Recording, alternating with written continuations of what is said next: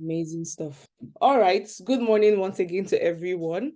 My name is Joy Inegalo, and I see one of my colleagues here, Abiola. Shout out to you. Good morning. We also have one of our colleagues that will be joining us shortly. And maybe when he comes in, he's going to take over. But I will just get the party started. And many thanks to those of you that introduced yourself in the comments. Uzoma from Calabar, a full stack developer. Elijah says he's a software engineer, a disruptive OPS and an IT faculty, Toyo Techit Solutions. Okay, that's a lot, but I hear you. Chukwuka based in Lagos, senior software engineer. Ima from Lagos, cybersecurity analyst. Ahmad from Ilorin, mobile engineer. Eugene from Derby, UK, a product designer. Kani from Abuja, a business analyst. Right. So it's really lovely to connect with all of you this morning. And I'm super excited that at least a good number of us here are techies. So which means that what you're going to be, hearing me say is not far-fetched, right? So I'm trying to, okay. Albert is a medical assistant, okay. Just concluded data analysis course. Kenny from Lagos, full stack developer and product designer. Amazing. So this session is about relocating to the United Kingdom. And as you know, there are different travel routes, to be honest.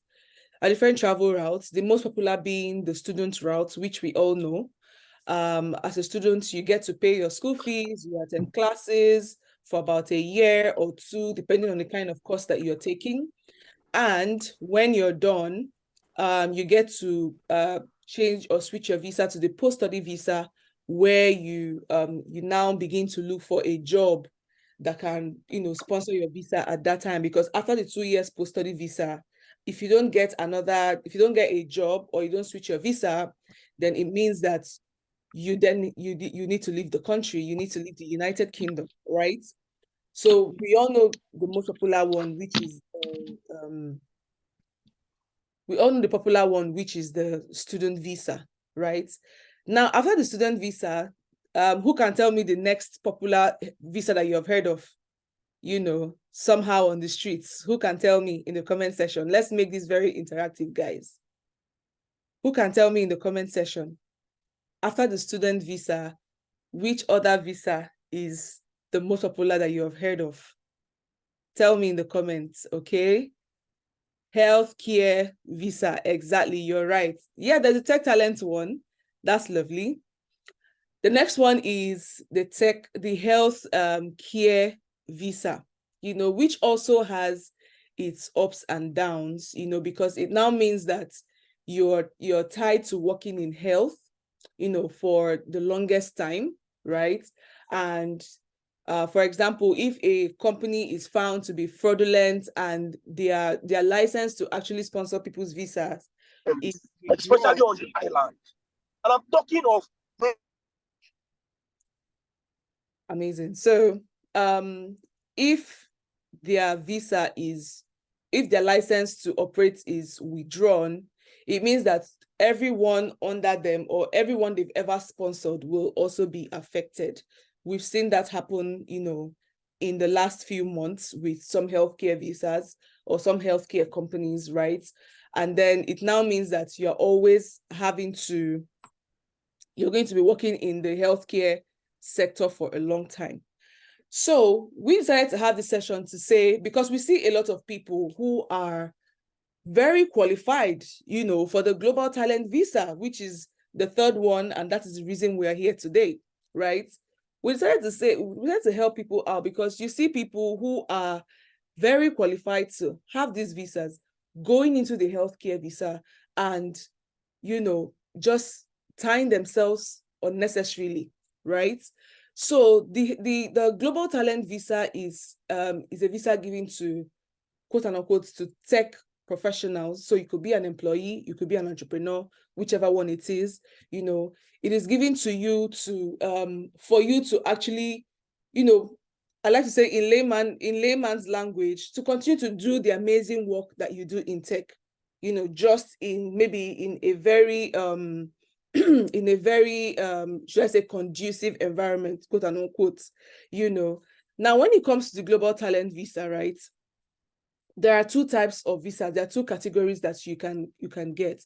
There is the global there's the global exceptional talent, and then there's the exceptional promise, right?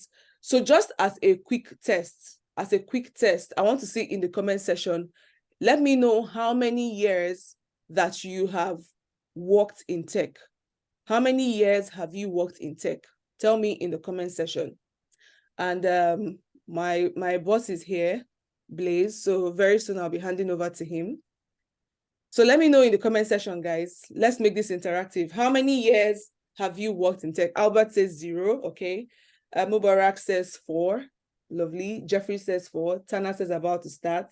Wu says 15 plus, amazing, nice. Elijah says 7. Ahmed says 4. That's good. So the numbers I'm seeing are good. Of course, some people have low numbers, but that's okay, right? Now, what do you need to put in place for you to, make your application a very good one, such that you're being endorsed for you to become a global talent? What are the things that you need to put in place? So the first thing that we are going to talk about here is your personal statement. You need to work on your personal statement, and your personal statement is pretty much your story. Telling your story. What have you done in tech? How did you get started in tech? What are the major achievements you've done in tech? What are your major achievements in tech, right? Why do you want to become a global talent, right? Where are you even going to stay when you come into the UK, and why are you choosing that area? So you choose to stay in, say, Birmingham, you choose to stay in Manchester, you choose to stay in London. Why are you choosing these areas, right? So the first thing, like I've mentioned, is your personal statement. So I hope somebody is taking notes. Your personal statement is number 1. Number 2, you have to get your CV as well. Your CV is a very important part of your application, right? Which is closely tied to the third point, which is your LinkedIn profile. Your LinkedIn profile.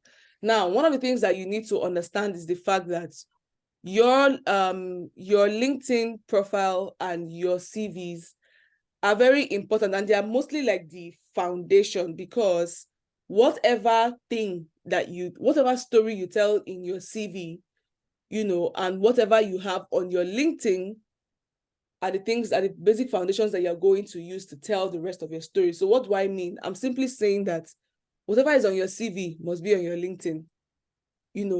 It also points to your personal statement, and then on and on, right? There should be no, maybe on your CV is saying that you worked in 4 places, and then your LinkedIn profile somehow has 8 places. That's not going to work, right?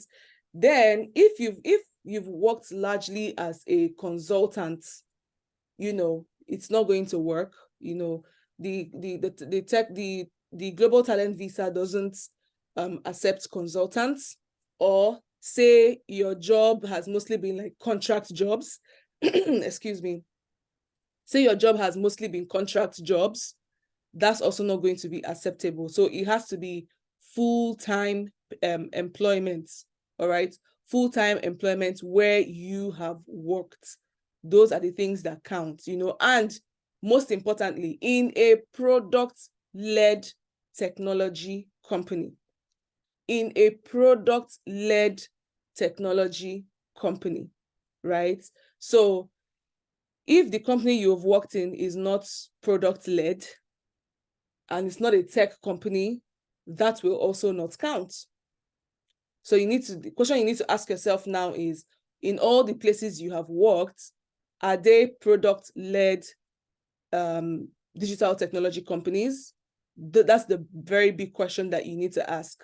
And ask yourself if the roles you took on are consultancy roles or they are contract roles, because if they are, then that will also not count. All right. So moving on, we've talked about personal statements, we've talked about your CV, we've talked about your LinkedIn profile. And then the next thing you need to think about is your recommendation letters, right?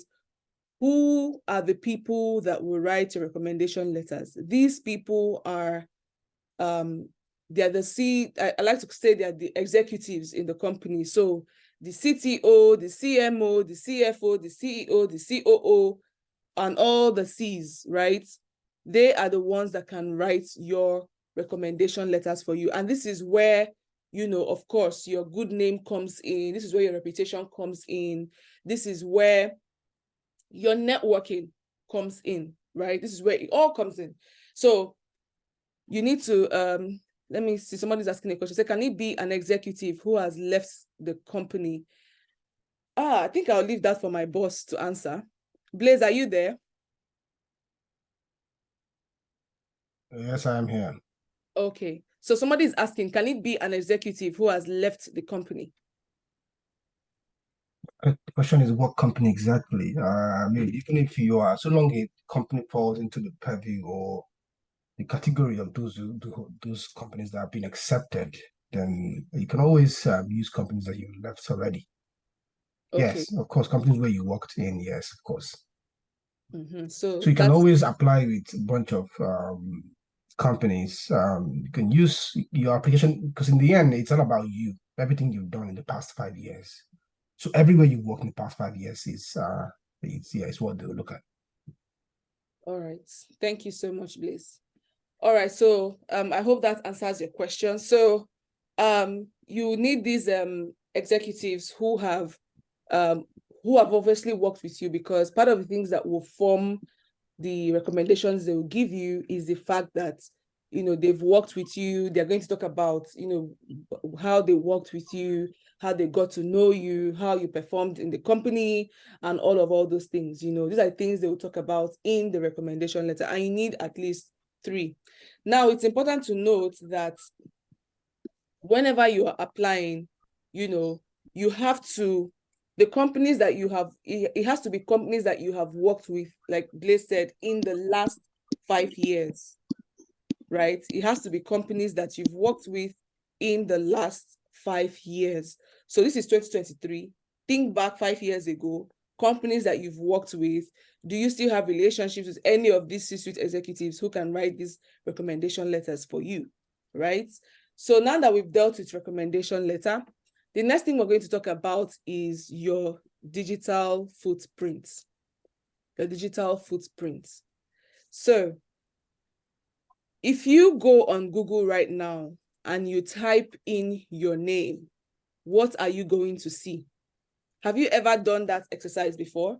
Let me know in the comment section, guys. Yes or no? Have you done that exercise before? Right? When you go on Google and you type in your name, what exactly do you see?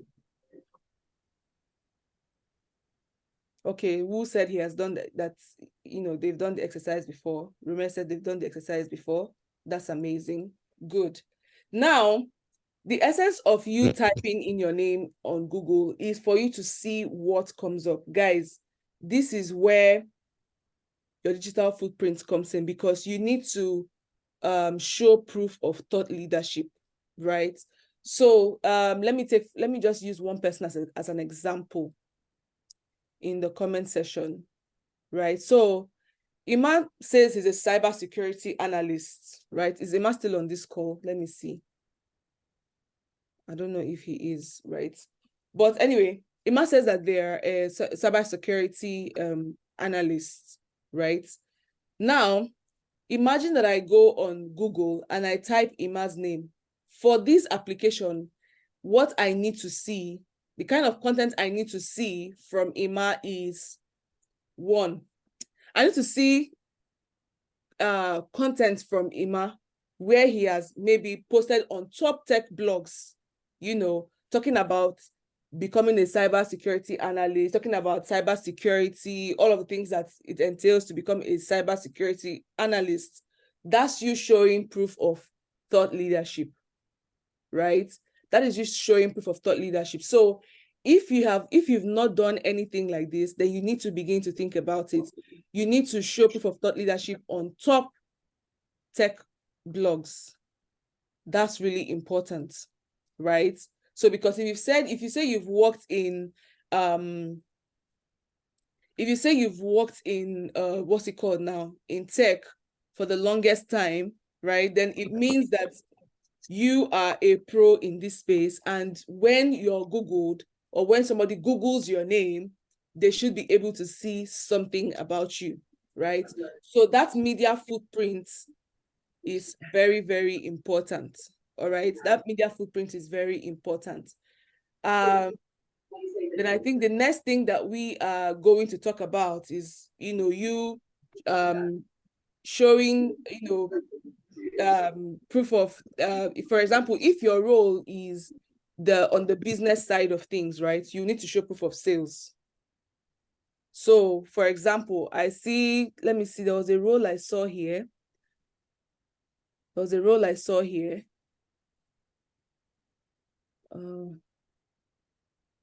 So most of the roles that are here are technical roles, right? So if you're on the technical side, so for example, the software developers and all those things, you will need to show proof from your GitHub and all of those kinds of platforms, right?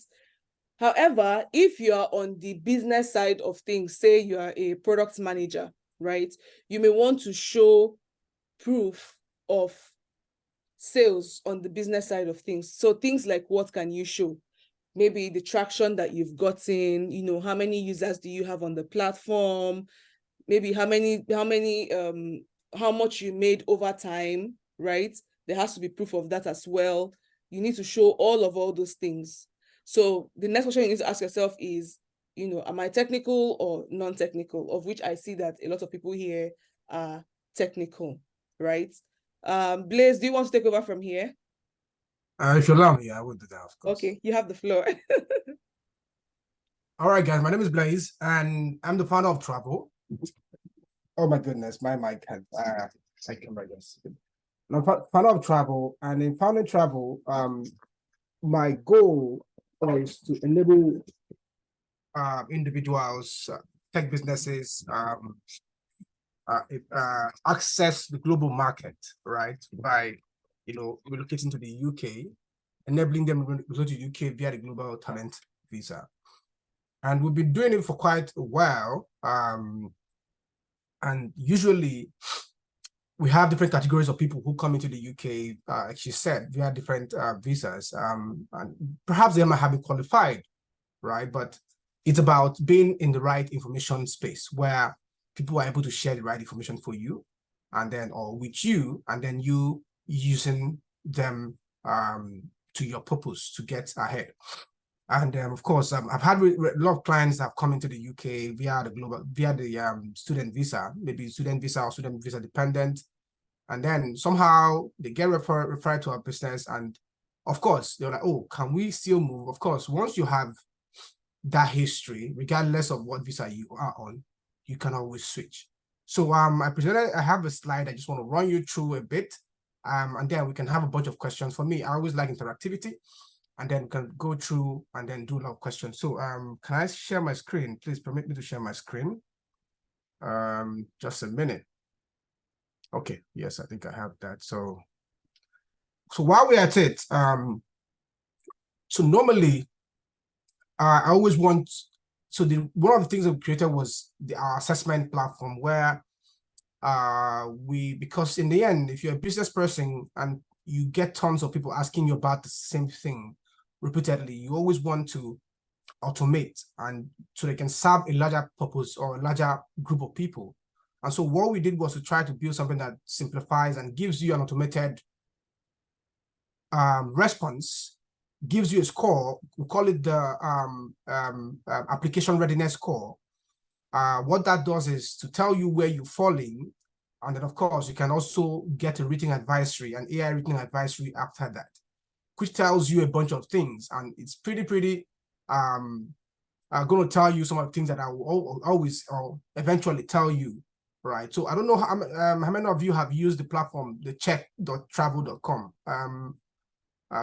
Joy, can you put it on the chat there? Let them take their assessment. While we're having this conversation, of course, you can always take it while you're listening in, and then you can always share your score. So we can start with that. Then while I share my screen, Yes, check.travel.com. It's in the comment there, right? So please, can someone confirm that you can see my screen? Joy, can you see my screen? No, not yet. Okay, let me see. Okay. Yeah, share screen. Can you see my screen now? Yes. All right. Better one now. Okay, now one. Give me that cocoa. Joy, can you mute? Oh yeah, yeah, thank you. So I'm gonna run through it. The first thing is I want you to look at here is think about what we call the criteria. There's a criteria about moving to the UK, and is what I always tell everyone about themselves. They need to think about themselves. So if you sit down with yourself and ask yourself a question, call it a soul searching, and you can comfortably write down 10 major achievements you have, or 10 major things you've done in the past 5 years, 10 major achievements, 10, 15, or even 20 major things you've achieved in the past 5 years. Now, not just writing about it, but also articulating and quantifying it. Quantifying it by putting numbers to say, oh, actually, for that fintech company, I was able to help them. The UI UX I built for them did XYZ, and they were able to maybe generate a revenue of $10,000 or 15 million naira. Or I was able to generate over 200 leads, and I was able to close maybe 15 leads that led to X amount of money. Or I have built 10, because the truth about it is that we all have been working and we all have been delivering, right? For ourselves, for partners, for people who work with our employers, for our consultancies. But then do you sit down to document what you have been doing? So it is the story that you need to tell to be able to acquire or be able to be eligible or actually get endorsed for this visa. And that is your story, everything you've done in the past 5 years. So you need to tell that story to yourself first. So when you leave this call today, sit down, write that document. It's your personal document. Write it and look at it and see where you are and what you've done. That becomes the story you're going to tell eventually when you want to apply for this visa program. Now, I want to run through some of these things. This is an old slide I had. Now, 2 things when you're applying for this visa is that there is what we call the technical applicant and the business applicant. What that means is that the individuals who assess you will say, we will look at your documents and say, okay, I know this person is a technical person, and I will assess this person as a technical person. So I also going to look at your document and say, oh, this person is a business applicant, and we will assess this person based on the business profile. Business means that, oh, they do not require, you're not required to write code in your company. You are maybe part of the leaders in the organization. You lead investments, you lead growth, where you don't do any technical thing. Then the technical part of it becomes maybe those who build infrastructure, write code, do wireframes, all that, also build pipelines and all that stuff. That is technical. So they are going to see your evidence, and then they will put you where they feel works best and endorse you accordingly. That is that for that. Now, a bunch of people can apply for this visa. I mean, there are a bunch of names that roles that you won't see here, right? But there are a bunch of people that you won't see here that also can apply. If you have a legal person, for example, who has been working as a legal person in business, for business, fintech companies, startup companies, companies that fall into this category, they can still get endorsed because they are legal. That's the role, but then most of their job still entail business development, due diligence, which is still business process confirmation, business process validation, business validation, support, good market strategies. Because in the end, if a company, for example, wants to maybe acquire a different company or go into a new market, they need that legal person to go and do that search. See, oh, we want to buy a new bank in Ghana, we want to expand, buy a microfinance company in Ghana. For example, please, can you help me mute someone there? It's that Lego person that will do what? Go there. Please, can you, Joy, can you help me mute this person, please? It's that Lego person that will go there and confirm and validate that business, right? So it's still business expansion, it's still business growth, still business development. So they fall in there. So I believe you've seen some of the things on this screen. So if you fall under any of these roles, then you're eligible to apply. Now, this is the part for the business part of it. If you also fall as part of a business role where you help investment, you are under what do you call it? You manage commercial business leads, profit and loss growth. You're an experienced product manager, solution sales expert, everything that falls under what you see on the screen, you're also eligible to apply. Now, here is an important part of it. Some people always say, oh, I'm a consultant, I'm a service company, I build websites, I build mobile apps. Am I eligible? All that. There are ways to tell your story, but also, you also have to bring evidence accordingly. There must be evidence to back up what you are saying. Okay. Now, what is product-led technology company? Over time, you will hear product-led. What is product-led? Right? You already know what the digital technology sector is. But the product-led, what that product-led means is, what it has to do with this is that only product-led technology companies are eligible to apply for this. Right? So I'm going to use a very basic example for this product-led definition. What is product-led? Now, first and first is companies that are outsourcing companies. Outsourcing companies means, oh, you get jobs, you go to get jobs, consultancies, and then you outsource to maybe other companies or other engineers or other freelancers. But it's a tech company, you're not eligible. Oh, okay, your service company, you service a bunch of, it's still like a consulting company, build platforms. I just enter one meeting now. So if I finish, I'll hold you myself. You build platforms for your clients, your customers, you also know eligible, right? Now, there's now the consulting, which all of us know. But now let me explain what a product-led technology company is now. And I think that for most of you who fall into service company, outsourcing company, consulting companies, from this conversation, from this meeting, beyond this meeting, you can begin to revamp your business to become a product-led technology company. And now let me explain what that means. So a product-led technology company is a company where its revenue is led by the products it serves, where its revenue is led by the product it delivers to its clients. I'll give you a simple example. Let's use something very basic. You are a fabric business owner. You sell fabrics, right? I'm going to give you two examples now. You sell fabrics. And of course, then you walk up on that and say, no, I want to build a website to manage my fabrics, to sell an e-commerce website. Oh, wonderful. But then what you become eventually is that you have become a tech-enabled fabric business. Tech-enabled fabric business. Because you're a fabric business, your prior is the fabrics, not the technology. The technology is only enabling you to sell to more people. So that is a tech-enabled. And it's a fine line between tech-enabled and product-led. Now, you woke up one day and say, okay, you know what, yeah, I think fabric is good, but I also want to help other people like me who sell fabrics. Now I have built my e-commerce software. It's my own. I built it. I'm using it to sell my fabrics. But then I also want to offer this e-commerce software to a bunch of other people to sell their own fabrics or sell shoes or sell other things. Now, when you start leading with that infrastructure, your software, you have gone from just being a tech-enabled to a product-led.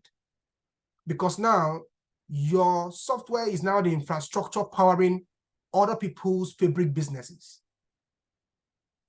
right? So that makes you a product-led. I'm going to use an example to something that is also much popular, which is web development, for example. Before I finish now, and what you're not doing is you're not doing a consulting way now. What you're now doing is you have it and people can come and subscribe. And when they subscribe, they can now maybe pay you, maybe pay you a monthly fees to use your infrastructure. So maybe Ade Fabrics will come and have, Ade Fabrics, your platform.com. They are using your platform, or they can have a different, they are differentbricks.com, but behind it, it is your infrastructure that is powering them, and they pay you a monthly subscription just to use your infrastructure. Then you have become a Fabric, a product-led technology company. In the same way, when you build websites, for example, and there are ways we used to, I build websites, I build apps, all that. But what if you now say, you know what? I have built a bunch of apps, they're on the platform. I built a bunch of, call it a multipurpose app, a multipurpose website, a multipurpose infrastructure. It's already there. I don't need to rebuild it. It's multiple for different purposes. Now you get people to go and pick what they want, whichever they want, and they subscribe, and then they can install it themselves. Once they're paying you on a monthly basis or a yearly basis to use your infrastructure, that becomes what? That becomes a product-led technology company. In the same way we are using Zoom right now. I pay for Zoom every year, yearly subscription. Zoom is a product-led technology company. Slack is the same thing because we pay yearly subscriptions to use it, right? So I hope I explained that. So it's only when you fall into this category that you are eligible. Now there's something else. There's also an allowance for agencies, organizations, but who have products. So people say, oh, it's just tech. But we have worked with people who are even in the NGO space to get this visa, because the NGO is product-led. The NGO has a lot of products that lead to their revenue, that is tied to their revenue. They are product first. They are NGO, yes, they are non-profit social enterprises, right? They can even be maybe even some agencies, right, or public institutions. But once there is a focus on product-led technology being used, then they are eligible for the visa program. Now I'm going to run you through a few things when it comes to the eligibility criteria. So the thing about this is there's what we call so this is the eligibility criteria, right? Now, if you think about it, there are 4 eligibility criteria. There is the mandatory criteria, there is the option 1, option 2, option 3, and option 4. Now, there is the 4 and there is the mandatory one. The mandatory is called mandatory because it is mandatory, you must select it. Then there is 4. And now that 4, option 1 is innovation. You have to prove that you are innovative, or you have led a company that is innovative, or that you have contributed to a company and what you've contributed is innovative and you can show that evidence. Option 2 is called work beyond your day-to-day activities. The work you've done outside your work, because then they want to understand that, oh yeah, you're perfect in your company, but then beyond your company, how have you contributed to the industry? How have you contributed to every other thing else, right? Option 3 is what we call it impact. Impact. So we're talking about impact, which is, oh, you are a software engineer for XYZ company. What is the impact of your work? Oh, you're a product designer of this company. What is the impact of your work? So let me break down impact so you understand what that means. I'll go back to the other ones, but impact is very important because sometimes as professionals, we don't fully quantify our work. Think about it. You are hired as a product designer for a company. Oh, you build the application, right? You are done. Of course, you're being paid, all that, but you don't sit down to quantify what is your impact to this company. If your impact, if the company tomorrow, for example, has 10 users, it is you. It is your impact because you build that. If you are part of those who contributed to it, if tomorrow it has 1 million users, it is you because you're part of those who have been building and adding new features on that. If tomorrow the company raises $1 million or goes to Y Combinator or goes to Techstars, it is still you because they wouldn't have been able to get there without the product. It is your product that got them there. So you need to sit down and articulate to say, oh, this thing I have built, how far has it gone? If the product that you build tomorrow, oh, they use it to sign up so many partnerships. So every single metric about that, you need to show how, draw the map from the notepad maybe on your wall, on your table, your sketches, draw it from how you went from that to maybe your Canva or your Figma or whatever it is you used to design, how it went from there to actual prototype to actual app to deployment. And then you need to draw that story and then now draw all the maps to show all the impact, all those numbers. You need to show your architecture. That is what impact is all about. And then the most important part is that you need to show that, oh yes, because in the end, one thing I would say is that the people who assess this have been seeing a lot of fake information, people are uploading fraudulent documents and all that. And as such, they now want to verify that what you say is, and who you say you are, you are. Hence, the third party. So now they want to get third party information from a lot of places. So now, if you are claiming all of this impact, they want to see that this thing exists on the internet. Oh, there's a news about, oh, XYZ app. Japa app hits 50 million users. And there's a publication about it somewhere. Oh, Japa gets into X accelerator, right? Oh, travel gets into X accelerator. They want to see that in the news. That becomes your third party. Your name might not be in that article because, of course, there's many companies don't necessarily write all the names of people who contribute to their development in every press release. They don't do that. So, but you can always point to that article to say, oh yes, I built this article. I built this application, and this is the article on the internet, on Yahoo News, on New York Times, on tech whatever platform. That is how you show third-party information. That is for option 3. Now there's option 4. I'm going to go back to option 1. There's option 4, which talks about academic research. If you're into doing research around tech policies, tech frameworks, and you contribute to a lot of them, and you have a lot of mentions or you publish in a lot of journals, then also you can also file for that. Now there's a rule. The rule is mandatory and any 2 options. Pick mandatory and any 2 of the 4 options. And then provide 10 evidence for all of them. So the way I calculate it is if you play FIFA here, I always think about it 4-3-3. 4-3-3, never forget that. 4-3-3, that's 10. So mandatory is mandatory. So we'll go to mandatory, and mandatory has about 10 different criteria. 10 different criterions. We pick 4 and validate. They're going to ask you a bunch of questions in mandatory, about 10 or thereabouts. So you find the best 4 that you can provide the evidence for, and so yes, this ones I'm good, I can validate for this, and then you put them on the side as a checklist. Then you go to, so there are 4 options. If option 1 and 3 are what is good for you, you pick 3 in option 1, pick 3 in the next one. All together, when you put them together, that becomes 10. 4-3-3 formation. That is what I always use for my clients, and that's also always worked. Now, I'm going to go to option 2. Option 2 talks about speaking engagements, talks about being a panelist, right? Talks about committing code commits, GitHub, GitLab, Stack Overflow.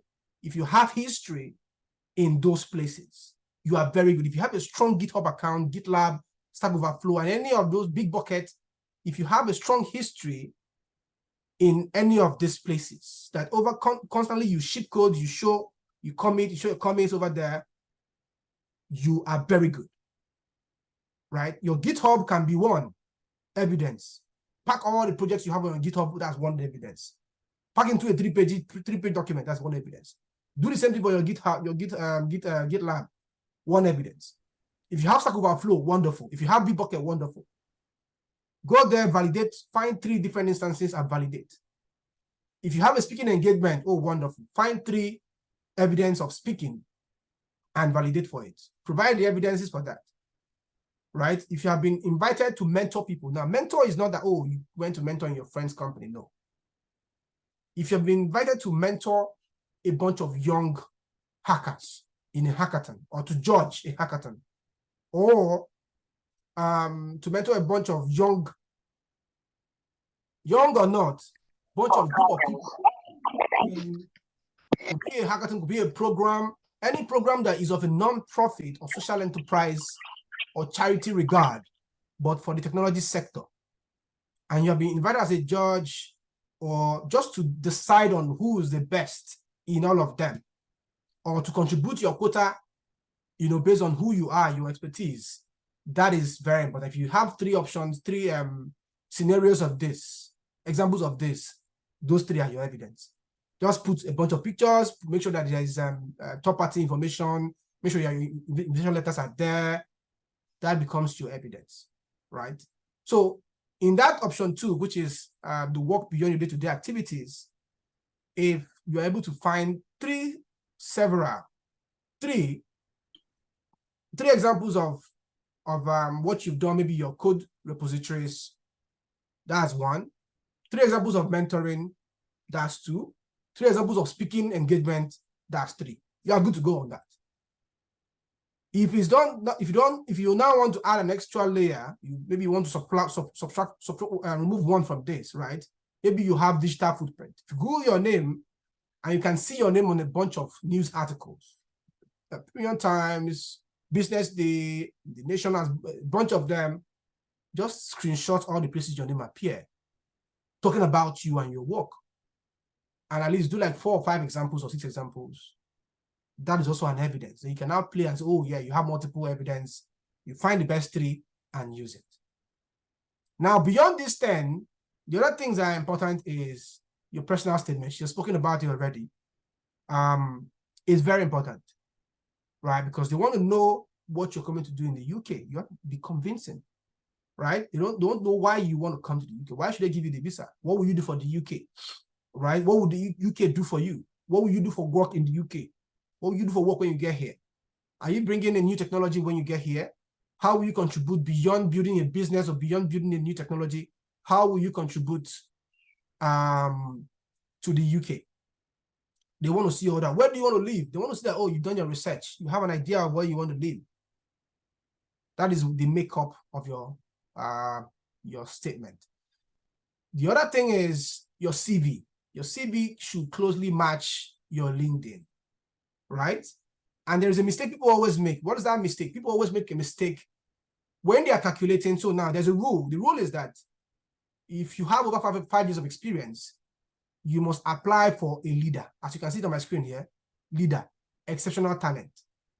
If you have less than 5 years, you must apply for emerging leader, exceptional promise. The difference between the two is that the leader, it will take the leader 3 years to be eligible for the indefinite leave to remain or the permanent residency, while it will take the emerging leader 5 years. So what usually happens is that a bunch of people are scared. And so because they feel, oh, I'm not confident in myself, but they have over 5 years of experience, but they feel they're not confident, they go and apply for emerging leader because they feel, oh, because it's emerging, they might be lenient on me. If they go to your LinkedIn profile, they go to your CV and you see, and they calculate the number of years of experience you have in that space, and they see you have over 5 years of experience, and you apply for emerging leader, they will disqualify you because of that. It's a rule. It's there in the document, in the legal document, in their guidelines. So you must fully sit down and look and prune your LinkedIn and make sure that if your number of working years are beyond 5 years, please apply for leader. And then if it's below, even if it's, so we've had a situation whereby one of our clients has, oh, Mr. Blaze, I'm not sure where I fall in. If I calculate my profile, I have about 4 years and 7 months. It's roughly 5 years. I said, no, it's not roughly 5 years. If it is not 5 years, it is not 5 years. We're not rounding up to the whole number. We're not doing that here. Okay, if it's not 5 years, it is not 5 years. It's that simple. So we applied for her. We supported her to apply for promise, because that is the guidelines. That is official guidelines. But guess what? She got endorsed for talent. That is because of the strength of the work we put in, the strength of the level of documentation we provided to say, yes, she might have less than 4 years of experience, but this is the work she has done. And they saw it and said, okay, marvelous, wonderful, this is amazing.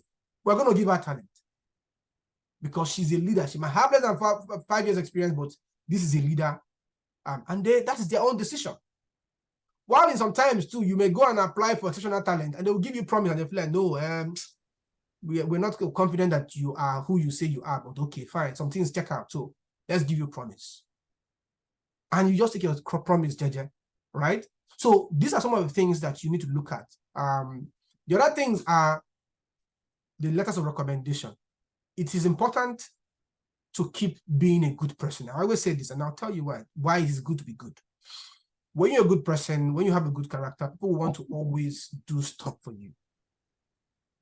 Now, it is not something you will readily want to pay somebody for. Oh, I want to pay you to help me write, to endorse me. No, people endorse you because they know you, because they know your caliber, because they know the work you've done. They can vouch for you. They can put their name behind you and say, my guy be this, or I worked with him in 2018. I worked with him in 2021. I know his pedigree. And as such, I can write a letter for him to vouch for him that he is a leader or he's an emerging leader. And that's why it is good to be good to people. It is good to always keep contributing and always keep helping people, helping the ecosystem. Sometimes it doesn't have to be about, oh, how much are you going to pay me? No, we just do it. In the future, Papa Alpha, I need a letter from you. That work I did for you, do you mind speaking about it and telling technician I did this work for you? Oh, yes, why not? Let's get on a call with it and let's discuss more about it. That is how you get your letter. So you need 3 letters of recommendation, which is mandatory. They're part of things you will submit, right? So I'll leave that to that. I'll come back to that eventually. Now, the next thing, I think I've discussed this, which is exceptional talent, promise, and all that. I've talked about all of this. Let's see. I'm just going to jump about all of this. Now, what is the journey for application, for example? The journey for application is typically stage 1 and stage 2. There is a stage 1 and there is a stage 2. For stage 1, it is you typically applying for the endorsement on the technician platform. But of course, with us, I always tell people that before, so what mistake a bunch of people make is they first go and make the payment. But when you do that on the UK Home Office website and you go to the technician platform, once you sign in, it starts counting. You have 15 days to submit. Once that 15 days clocks and you have not submitted all your documents, it cancels out. It means that money you have wasted, you have paid has wasted. You have to go and pay them again. So you work with people like us, we'll sit down with you, we'll look at everything, your story, your expertise, your history, your background, the tools you use, your major achievements, the products, your revenue, everything else. And then we'll sit down with you to gather all this evidence and completely build everything I've mentioned. Everything you will submit is 15. Total number of documents is 15. 10 evidence documents, where each document is 3-page, right? 3 letters of recommendation, which is also 3 pages. Your CV, which must not also exceed 3 pages. And then your personal statement.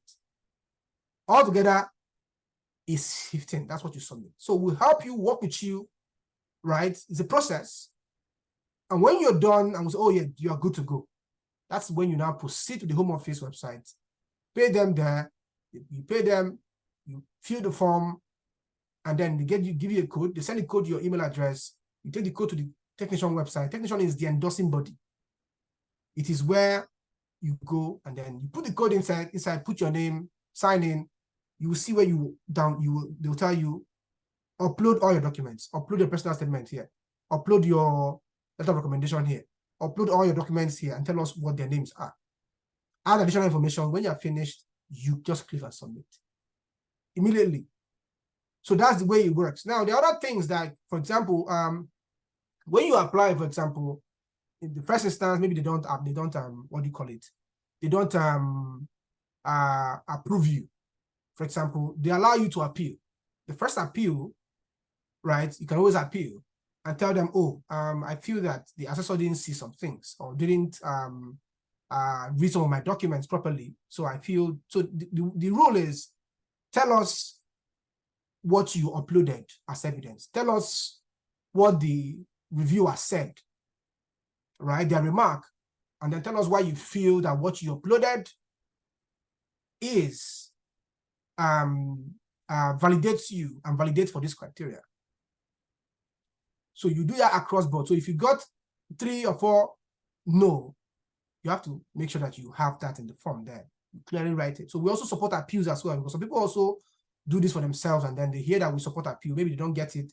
They come to us as, okay, yeah, we'll see if your case is peculiar. We'll see if we can appeal it for you. If we feel you have a chance, we'll tell you. If we feel you don't have a chance, we'll also tell you that, oh, it's better off you could do a new application. Now, there's something like people always do where, a friend applies, and the friend will tell you, oh, Baba, not only, because the rule is submit, so that 10 evidence. So when I say 10 evidence, it's 10 evidence. Just take the other 5 out of it now.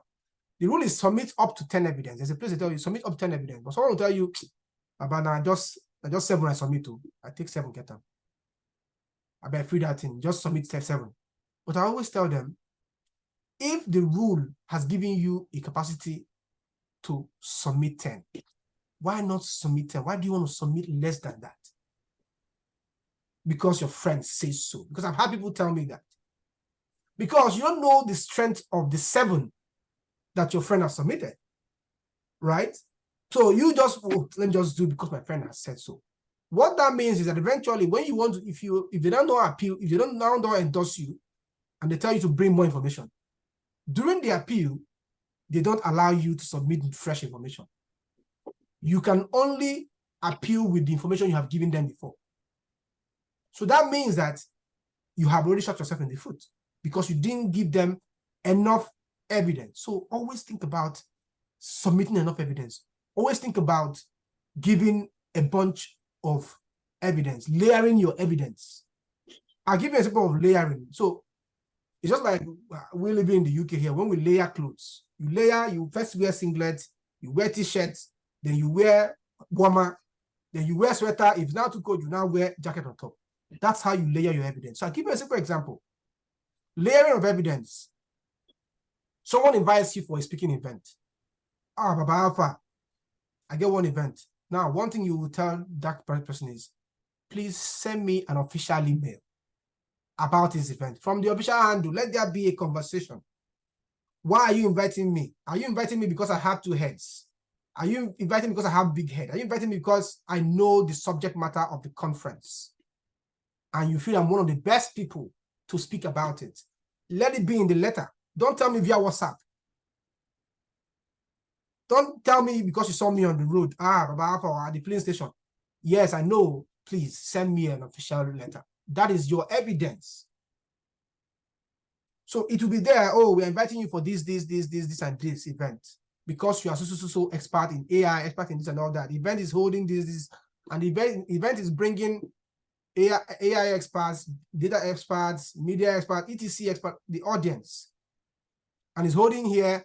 And previously, the event had maybe 2,000 people in attendance. So this session, we're also expecting maybe X number of people. Those are the key information that the assessor needs in the future. You don't know that. You must always request for that. Now, the other part of it is beyond the event. Some people just go to events and they forget about it. If you are going to a social event, find somebody to shadow you.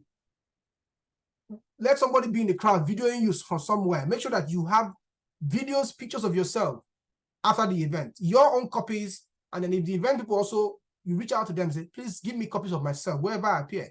It is your right to get those things. It is your evidence. It is your sweat. Because those events, they are pro bono. Any event you're going to use is an event that they didn't pay you for, and your company did not sponsor it. You cannot use the one your company sponsored or the one you were paid for. It has to be pro bono. So that is your resource. You have to collect it. And at the end, if they don't send you, call your friend, Baba Alpha. Send me a thank you message. Official mail. Thank you very much for bringing an amazing speaker at this event. We wouldn't have done it without your knowledge. We had 2,000 people listening to you, and they are so happy. They always want to watch the video of you speaking and talking about AI. Thank you so much. That letter is very important. That's your evidence. Now, layering. When you are now layering your evidence for speaking engagement, remember you have 3 pages. Page 1, if you have 3 events, one page dedicated per evidence, per event. So on page 1, you dedicate for the first event. What do? Letter of invitation, paste it in one side. Thank you letter, put it in one side. What do you call it? Video of you speaking. If it's on YouTube, put the video there, put the link there, put the screenshot of the video, put the link there. Let them know the minute when you start talking, put the meeting there. Oh, skip to 13 minutes, right? The next one is picture of you speaking on that stage. You know, when you cross your leg and you sit on that stage with other people, good. Take that picture, put it there. 4 layers of evidence for one single occasion. There is no way they will say it's not you that did that event. And then, of course, numbers are important. Number of people who attended the event. Once it's over 100 people in attendance of the event, that's it. That's crossed the mark. Everything else now outside that is extra. You also make sure that number shows. That is how you layer your evidence. So it shows beyond reasonable doubt that yes, this man went or this woman went to this event and she was there. And then you replicate it for the other 3 options. That is how you show multiple layers of validation, right? So they will not have a doubt. When they have a doubt, they will tell you, we looked here and we couldn't see some of these things, so we think that we will need more information from you. So, and as such, we are not able to endorse you for this criteria. That means they put you for his coming. Go and bring more evidence. You must always show evidence. I'm going to stop here because I want to do more of answering questions. I can go on and go on about this visa process. But what I always tell everyone is that if you're taking notes, if you're, you always get these videos, you sit down and, write down a plan, a checklist, and then start documenting. It's very, very, very important. Now we can take questions. By the way, do you guys use the check.com, the travel.com? And what was the scores like? Yeah, let's open it up for questions. Thank you. Thank you, Blaze. Kabir has a question. He says, hi, I am 3 years into front-end development, working towards full stack. What chances do I have of relocating to the UK? 3 years into software development. Yeah, into front-end development. Okay. Usually I always answer questions with questions. How strong is your GitHub profile? How strong is your GitLab profile or Bitbucket? How much history of work do you have there? How many projects are on each of them? That's the first question. Second one is, if I Google your name or you Google your name yourself, what do you see on how many places does your name appear? If your name appears only on LinkedIn and maybe Twitter, then you have a lot of work to do in terms of digital footprint. So again, if all of these things check, and the question is just only, oh, yeah, 3 years, yes, you can apply for the exceptional promise, potential leader. You can apply for it, and we can help you do it. So I hope I answered that question. The next question is from Jeffrey. He says, how do all these criteria apply to a founder? Oh, if your founder is pretty sweet. Why is it sweet if you're a founder? What is it sweet if you're a founder? If you're a founder, you can claim almost everything that your company has done because you are the head of the company. As a founder, at some point in time, you probably also you do a lot of things. You are the idea person, you are the research person, you are the graphics designer, you are your UI UX, you are your wireframing person. If you don't have software background, you're probably even your software person. You're probably writing your own code first before you have money to pay someone else, right? You probably will have built, if you don't have software background, you probably will have used WordPress first to build it out first, right? Before, So as such, as a founder, yes, because the hardest part of this visa process is people trying to validate for digital footprints and what would I call it? The option 1, which is innovation. I will explain. Digital footprint. As a founder, your name is always in every article. So it's not hard. 6 articles, once you put your name as a founder, 6 articles will see. So box ticked. But as an employee, it's hard because even if you are shipping code left and right, unless you are maybe a senior executive in the company, your name will not apply be applied in any press release or appear in any publication, unless it's your role as maybe a communicator in that company, right? Or the company, there are times companies maybe go beyond board to say, okay, maybe they mention some of their people who have been doing amazing work, but then it cannot appear in every publication, right? So that's that. Then in terms of what I call it, revenue, you are the founder. So dashboard, you have access to it. Profit and loss statement, you have access to it. Audit account statement. It's easier for us to work with founders because they are there make decisions. Oh, you're a founder. Well, you need to audit your company. Go and get your audit. Oh yeah, I'll do that. I get on a call, and they do that. But an employee working for a company that doesn't have audit account statement, right? Will you go and tell your boss, oh boss, I'm sorry, I want to apply for technician visa, and I'll need the audit account statement. You cannot get it now unless you are a senior executive in the company, and perhaps your name is on as part of directors or registered people who name of the people who register the company. Then that's when you can get access to that. So once you're a founder and you build a product, you have revenue, you have an innovative product, you have a digital footprint, right? These things I've just mentioned now, and you have goodwill. I know why I say goodwill. I'll get to that. Then you are very good to go.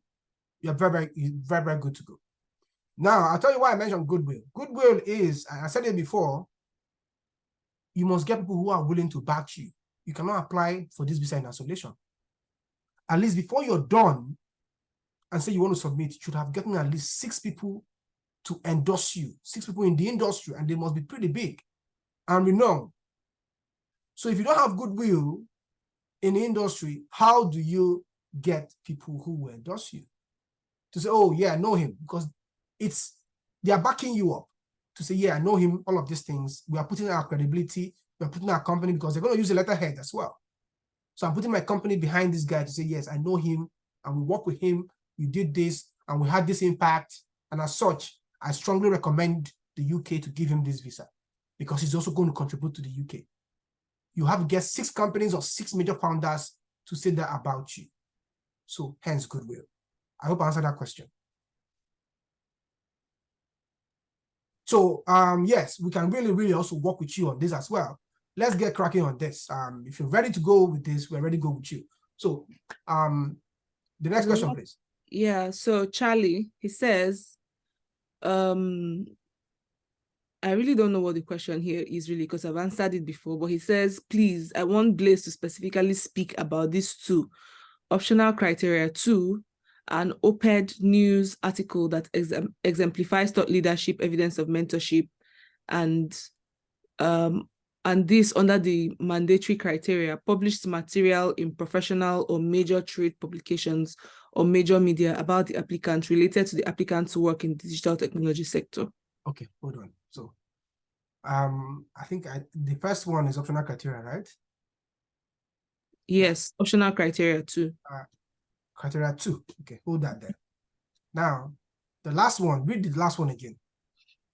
So the last one is a mandatory criteria, published material in professional or major trade publications or major media about the applicant related to the applicant's work in the digital technology sector.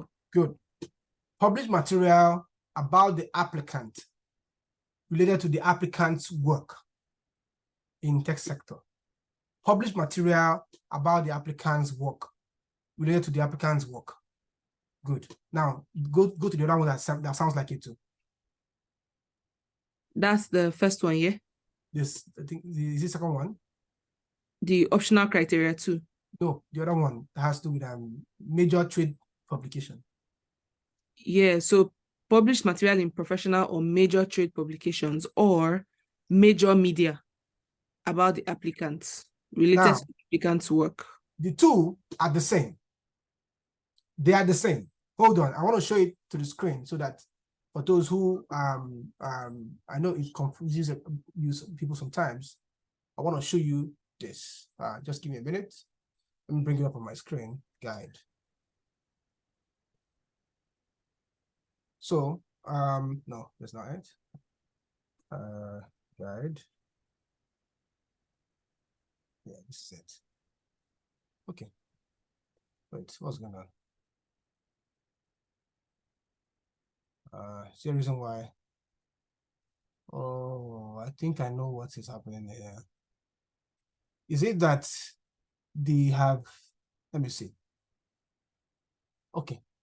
So I have it here. So it's a mandatory. The first part, you're going to see the mandatory criteria.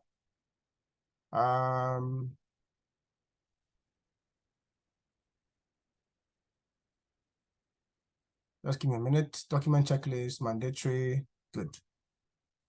All right, so I just want people to see this question before I answer it. Yeah. So this is the first one here. Publish material in professional or major trade publications on major media about the applicant's work in digital sector. You must include the title, date, and evidence that you are the author of the published material and any necessary translation. Good. Now, there's a rule under published materials. Everything that has to do with Medium, Substack, LinkedIn post publications, they do not count as published materials. They do not. What counts is, say, for example, we have platforms like maybe Tech City, maybe business column or tech columns of maybe Business Day or any tech column of a major tech platform or a tech business platform, or maybe Tech Bar, for example, maybe you write for them from time to time, for example, right? Those count. There are times when you read columns, for example, one of my friends used to write on the Business Day sometime, a tech column, and he writes on it from time to time. Sometimes it's printed on paper, sometimes on. That's what counts because it's a major platform, right? That's the first thing. So OPEX, things you wrote about yourself, about your business, right? They count. Things you write about the industry, your opinions, AI this, AI that, how I built AI this, how not to do this, all those things count, but they must be in-depth. Why? Because they will look at your level of experience and they will read the article you have published and use that to judge you. To say, okay, someone who has over 5 years of experience, are these the quality of information you put out there? They will judge you by that. So what this is saying is two things, right? Published material in a major publication, major media, major, about you, about your work. That is what someone wrote about you. In news, whatever it is about you, about your business, all that, that's one. So all of that counts. So if you appear on Tech Bar, you appear on Tech City, you apply on Tech Economy, you apply on all of these tech platforms, and your business is, they write about your business, maybe they interview you, all of that, it counts. That's one.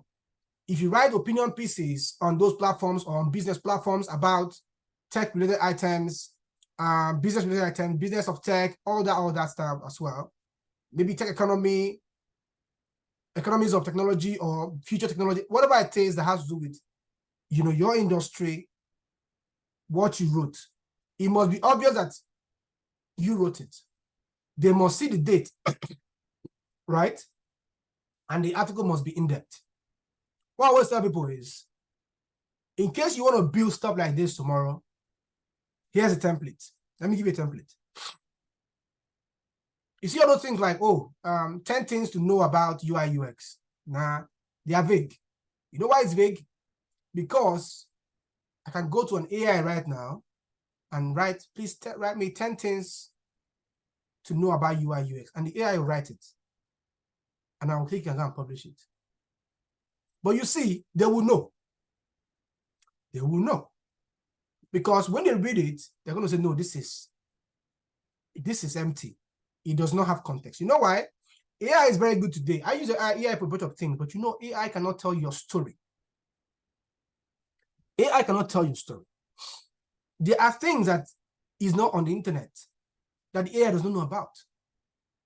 The story of when you went from building WordPress websites with Drupal, from Drupal to Magento, you know, to maybe now using all the new technologies we have now, fully going, you know, Laravel, Rails, and all of that, Vue, and all of that. The truth is that the AI does not know that story. And that is the story you need to tell. That is the story you need to write in your publications about you. So a context of, the framework is a bit about yourself, depending on what you're writing about. But there must always be that, always sprinkle it with your story. When you were XYZ, when you were doing XYZ, when you were learning XYZ, when you're doing XYZ, now you're building this. Say, for example, a case study of how I built an AI for a fintech technology company. Now, what that story will be about is add some learnings, your background learnings of how you came about the AI and what you were doing before that. There, somewhere, yeah. Then add the problem you were trying to solve. Add the problem you were trying to solve there. Oh, this was a problem we were trying to solve with a bunch of people, and then I came and they hired me or whatever. I put together a bunch of people, and then we sat down, and you know, even that process is a story. Then this is how we broke down the problems, and then to solve it, oh, I tried to use this technology, I used this tech stack, but I met a problem, I had this issue, I had to call a friend, or I had to do XYZ, get a new tech stack, brought someone else into the team to build this again, then eventually we built it. That is the learning. The AI, no AI knows this story about you because it's not anywhere on the internet. It is inside your head. And that is the story they want to see. That is the story they value. When they see that story, oh, they know, okay, this is your personal story. So when they see a bunch of these stories about you, your personal story, that is what validates you for this. That is what, you know, story about you and your work, your business. That is what you use for this. Now, I'll go for the next one as well, which sounds like this. They are similar. I'll tell you what you do. Now, they're similar. I go to the next one, which is, this is it here. Let me see. Yeah. Op-ed or news article that exemplifies thought leadership, evidence of mentorship. It's the same thing. It's the same thing, just worded differently. So what I always tell people is, if you have a bunch of articles, say you Google your name and you appear in 20 places, wonderful. Package 10 for the first one, package the next 10 for this one. That's it. If you appear in 10 places, wonderful. Package 5 for the first one. So by packaging, I mean, take a screenshot, make sure you put the link, add some more context, what it's about. So take a screenshot that is good enough for them to see what is in the article and read about it. Make sure you are circling wherever your name appears as the author. Circle it, add a circle there. Let them see that circle. So they will not say, let me see your name inside. Package 5 for the first one, package 5 for the second one. That's 2 separate evidence. And you're good to go. I've done it many times and it works. I hope I answered that question. Now, for the next one, which is the optional criteria. Optional criteria is a bunch of things. There's option 1, option 2, option 3, and option 4. Option 1 is innovation. 2, the work beyond the day-to-day activities. 3 is impact, and 4 is academic research. I go back to option 1, which I know I didn't talk about, which is heavy on innovation. They ask you about evidence of innovation. So I want you on your phone to type 7 steps of new product development process. Type it somewhere, write it somewhere. 7 steps of new product development process. The favorite one I like to read is, if you do that, write that, put comma, put HubSpot there. It will bring you the HubSpot article out. Open it and read it. It will show you the 7 steps of the product development process. The last part of it is either go to market or commercialization. Then in between, you see research, ideation, prototyping, wireframing, all of that, development, all of that. That is what they want to see here. How do you contribute to these 7 steps? Did you do research? Did you do ideation? So let me even tell you the funny part about it. You see, when you have all those things you have on your wall, those sticky notes, you know, that you have on your wall, maybe you are trying to build something, you're trying to ideate. Baba, if you have it on your wall during when you're gathering your evidence, take your phone, snap it, and add it to your evidence. Baba, is evidence. It's the evidence. When you look at it and they see, oh, it's about some product you're trying to build, all that. Because that is the man hours, you put man hours into generating those sticky notes you did. So that's your evidence. Okay, so I hope I answered that question. I know, see, option 1 is a lot wide, right? So I can always answer it in between the questions. So let's take the next question, please. Jeffrey is asking, does an invitation to pitch your product count as speaking? No, it doesn't. All right. The next question says, Mubarak, does private GitHub repo apply as evidence? Yes, it does. All right. It's private, so I'm coming. It's private. So long while you're applying for it, right? And you get the, what do you call it? It's your work, right? And you get, what do you call it?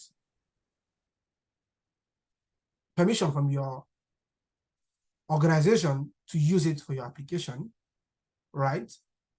Say you no more work there, but you can reach out to them and say, oh yes, yeah, and they can send that to you also. Say you still work there, and of course you can have access to it. All you just need to do is convert it to a PDF or take screenshot and convert PDF and send it to them as part of the evidence. Yes, so yes, it works. Dan, can we get this recording? Yes, Dan, you get the recording. And then Dan is also asking, I had a program where I trained over 1,500 ladies for free. Does this count as an impact I have made? It's going to count in your storytelling as the things you've done beyond your day-to-day activities, right? It's going to count in your storytelling. The question is, for doing that, were you invited to do that? Right? Or you just did it yourself. So if you were invited, for example, so also know that it doesn't fall under speaking engagement, it doesn't fall under panelist speaking as well, right? So it's going to count in your storytelling because they want to see a track record of who you are. So one thing I always tell people about this is it's not just about, oh, I'm wonderful in my company, I'm the best software guy in my company. No, they also want to see how you support people outside the community. What is your contribution to your community? So yes, it's going to count in the story you're telling.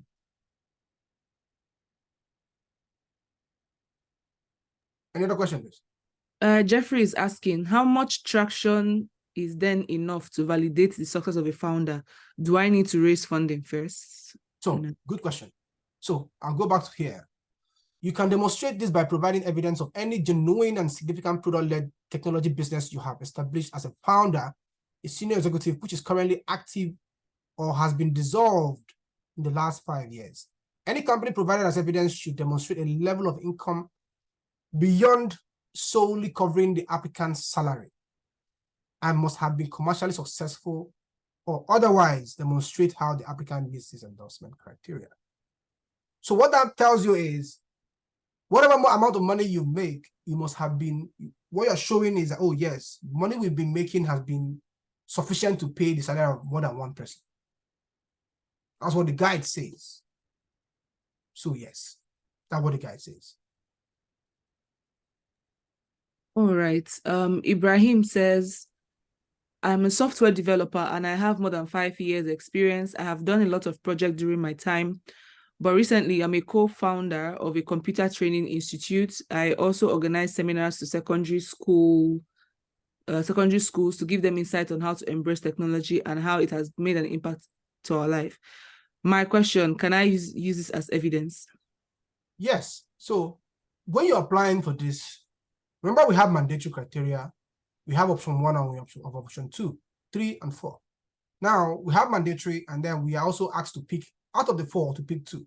1 and 2 2 and 3, 4 and 1, or any other way we place it. So say, for example, you're going with option 1 and 3. You can, and maybe you have 3 companies you work for in the past 5 years. You can decide to tell the story of one company mandatory, then tell the story of one other company. By telling the story, I mean bring evidence, right, for a different company for option 1, bring evidence for a different company in option 3 to validate all of this. You can even use only one company to do all of them. You can use 2 companies to do all of them. But whatever it is, make sure that whichever place you're bringing the evidence check out based on the requirements that they need from you.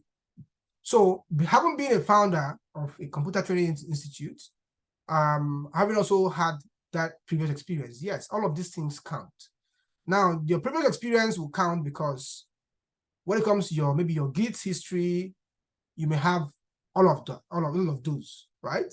So, and maybe projects you've also done for product-led technology companies, evidence, that counts as well. Then when it comes to the work you've done beyond your day-to-day activities, for example, leading a nonprofit, if the Computer Training Institute is a nonprofit, for example, or maybe it's an industry, you want classes under an industry initiative, it also counts for you as well. So yes, all of these things together. And that's the good thing about it is that if you have, it's even sweeter when you have been an employee somewhere for a period of time, and now you're now a founder. Oh, wow. Oh, that's wonderful. This story is going to be sweet. Okay, Albert is asking, I just completed my training in data analysis. I'm not sure I have an opportunity with Global Talent for now. Can I get a link for hands-on training or volunteering teamwork? Oh, yes. So a few things that we always say. So it's why we have that. So recently we have our course. Joy, you can drop the link to the course there. And like we always say, we have, the reason why we built our platform is so we want to give people a bunch of materials. We have our podcast, we have the course, which is pretty affordable, which is like 70,000 naira.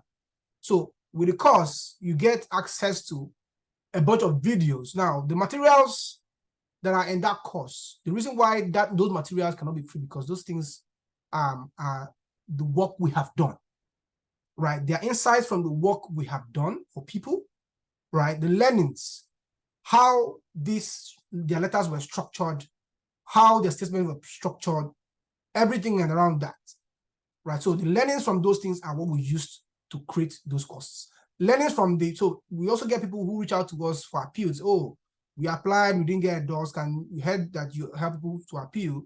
And then we read the appeal and see the things that, that they say, oh, you didn't have this, that's why we didn't endorse you.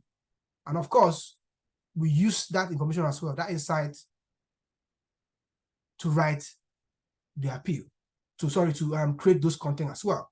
Now, we have those courses which you can easily buy and read through it. So from there, you can say, okay, if you want to apply, you want to prepare yourself. Like I always say, you may say, oh, yeah, this is where I am right now. I'm not ready yet, but can I be ready in the future? We have a robust course. When you watch it, it prepares your mind in terms of everything I've said just now, in terms of the personal statement, letter of recommendation, how to reach out to people, how to support projects, the metrics, very, very important. The metrics, the way you need to tell your story. So it's going to guide you. See it as an investment into your future, right? 70K investment into your future, where you sit down and you have videos for almost everything you need from beginning to the end. You also have PDFs. The PDFs are also there as well, that you can also open the PDFs and you can actually read an actual letter, right? An anonymized letter of an actual situation, right? That, oh, this is how it sounds. Oh, this is how it looks. Okay, so, so that begins to make you think and say, oh, so wow, anywhere I appear right now, this is how I need to behave. This is how I need to do. This is what I need to do. These are the things I need to start documenting from now. These are the metrics that are important to me, right? And as such, I'll give you a simple example. I always tell people that, oh, you may be hired in a company as a product designer. But the truth is that there is a part that they ask you about business development or sales in this evidence documentation. So maybe tomorrow you see that, oh, wow, I've just been doing the job of only product designer. But if you contribute to BD in your company, maybe and then your guy did the head of the department, and just help them out. Tomorrow, your guy can be the person who will write that letter for you from inside your company. Or he can say, oh, boss, when we were going to the market, I mean, he wasn't in the department, but he also helped us. Your boss will write a letter for you. That yes, when we're doing business development, that he was in product design department, or when we're going to the market, he also supported us to help us make $1 million. He brought strategies, brought designs. Automatically, you have two evidence because you went beyond your immediate work to support somebody else in a different department.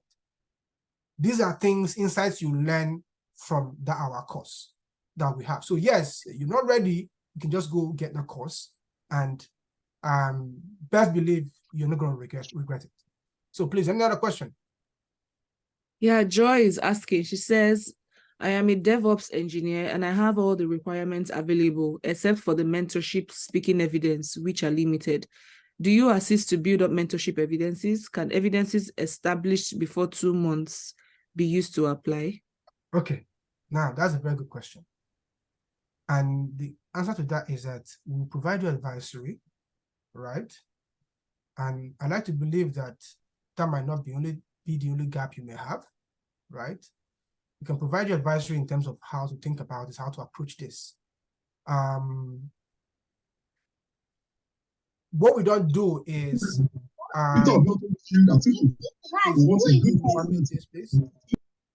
what we don't do is say, oh, we provide you evidence. What we do is support you, to tell you this is what you don't have, and this is where you can find it. This is how you can find it. Because in the end, most of these things are personalized. And when you bring them again, we can review them and provide a bunch of advisory to say, okay, this is how you lay it out. This is how to tell your story. Then we can also, of course, support you in telling that story, in laying those evidence the way it should be laid towards your application. All right? But if it is the evidence, it is you, it is your story, so you have to bring the evidence, but we'll tell you how to go about it. So second question, which is the mentorship thing about in 2 months. The question is obvious. Can you learn 2-3 mentorship in 3 months, in 2 months? That's the first thing. I don't know how likely that is, right? That's the first thing. The second thing is, even if you did, there's a rule that says everything you do towards your publication will not count. Especially things that they can verify in terms of events, in terms of publications, some articles. Now, it's a gray area because anything you do towards that is considered recent. That is considered recent. And that is a gray area for them to decide whatever they want to consider recent. They did not say, oh, anything you do in 2 months or in 3 months or in 4 months. No, it's not there. You can't find it anywhere. Right? But anything they consider recent. So in the end, what I always tell people is, from my mentor, the way I just feel, hey man, anything under 5 months is good. Right? 4 months maybe. But 5 months is good enough. You can't say, oh, 5 months is recent. It's not. Right? Again, like I always tell people, you know, you don't want to give them a gray area to refuse you after putting all the work in. If you ask me, I would say 2 months is pretty recent, right? If I'm an assessor, for example, and I see an event, 3 events in 2 months. In these 2 months, and you're submitting today, I'll say this is pretty recent. I'm going to say this is towards your application. But maybe I see one event from maybe 2 months, and maybe I see one from maybe 7 months ago, one from last year. It can be, it's not a flag, it's not possible because they were not all at the same time, all in the same period. So we're ready to advise you and support you as well. So let us know for going further as well. So yeah. Joy, any other question, please? Yeah, the last question says, does an article on Medium count? No, I've said that before. It does not count. Medium, Substack, everything like that does not count. LinkedIn, no, doesn't count. All right, I think that's about all the questions we have in the comment section. Okay, do we have any other question? Okay, I think somebody just dropped a question.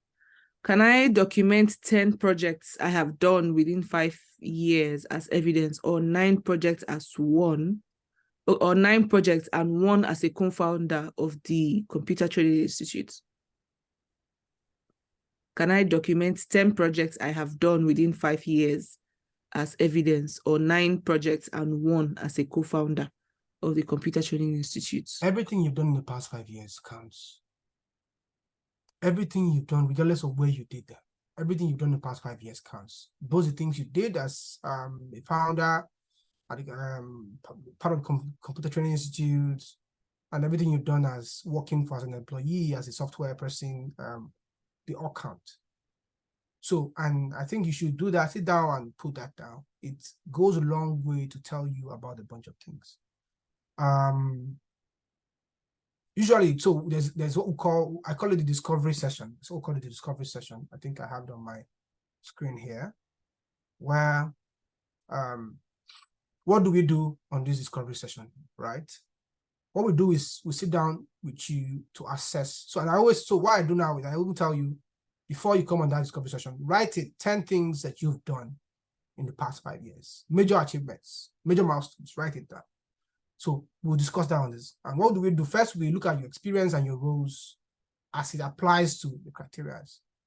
Then we, break down the personal statement, see how it applies to your story. Then I always like to check verify your references, and I'll tell you, okay, do you have people you think that could fall into, this category of people who can recommend you? Give me their names. Let's even look at them. And so we'll look at them on LinkedIn. We'll go to their their Facebook pages.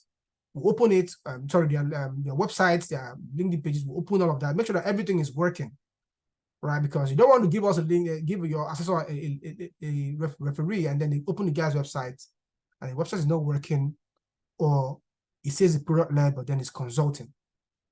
That single act alone, one single fail alone, will invalidate all the application. They won't say, oh, okay, -1, but we can. No, they won't do that. They will cancel the whole application because of that one single fail. So yeah, everything else is amazing, but yeah, we saw that one of your referees was a consultant, and as such, we're not able to endorse you because that's part of our rules. It's that strict. Then we look at your other numerous employments, see which of them works for your storytelling, which one do you need to leave out, right? Which of them have the heaviest blows and will give you the best points. Then we'll look at your capacity to document. How are you able to document these things? Are you able to tell those stories? Once you've given us, you could properly document, can you properly quantify your contributions? Okay.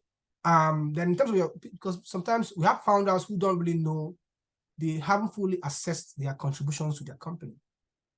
We can look at that as well. And then the other thing is, commercial capacity. How much have you made? There's always a question of how much is important. How much, there's no figure really. But one thing I always tell Nigerians is that the bars are high because boys are submitting money. Boys are showing that, we are able to raise some money, we're able to do that. So the way they will assess, so let me say this now, it's not official, but the way they will assess someone from Uganda is different from the way they will assess someone from Nigeria. Because technological, venture funding, unicorns, we have a bunch of unicorns. Nigerians have a bunch of unicorns in the tech space, yes. And if you compare the ecotech ecosystem, we are way, way, way, way bigger than they are. So people who are submitting, your other competitors who are applying for these visas, people are submitting money, $1 million, $3 million, $5 million, $50,000, and then of course, if you are $20,000, yes. If you're not an employee as well, if you're an employee, the story is different entirely. They will grade you as an employee. If you're a founder, they are going to grade you as a founder as well. So typically, they will assess it differently because I tell you, every year, when there's a report, Nigeria is always third. I think Nigeria is always second or third. The US comes first, China comes second, Nigeria comes third. That is third in the total number of people who apply for this visa and get it. So you have to understand that the bar is going to be high for Nigerians. So you need to think about your commercial capacity, your entrepreneurial capacity, And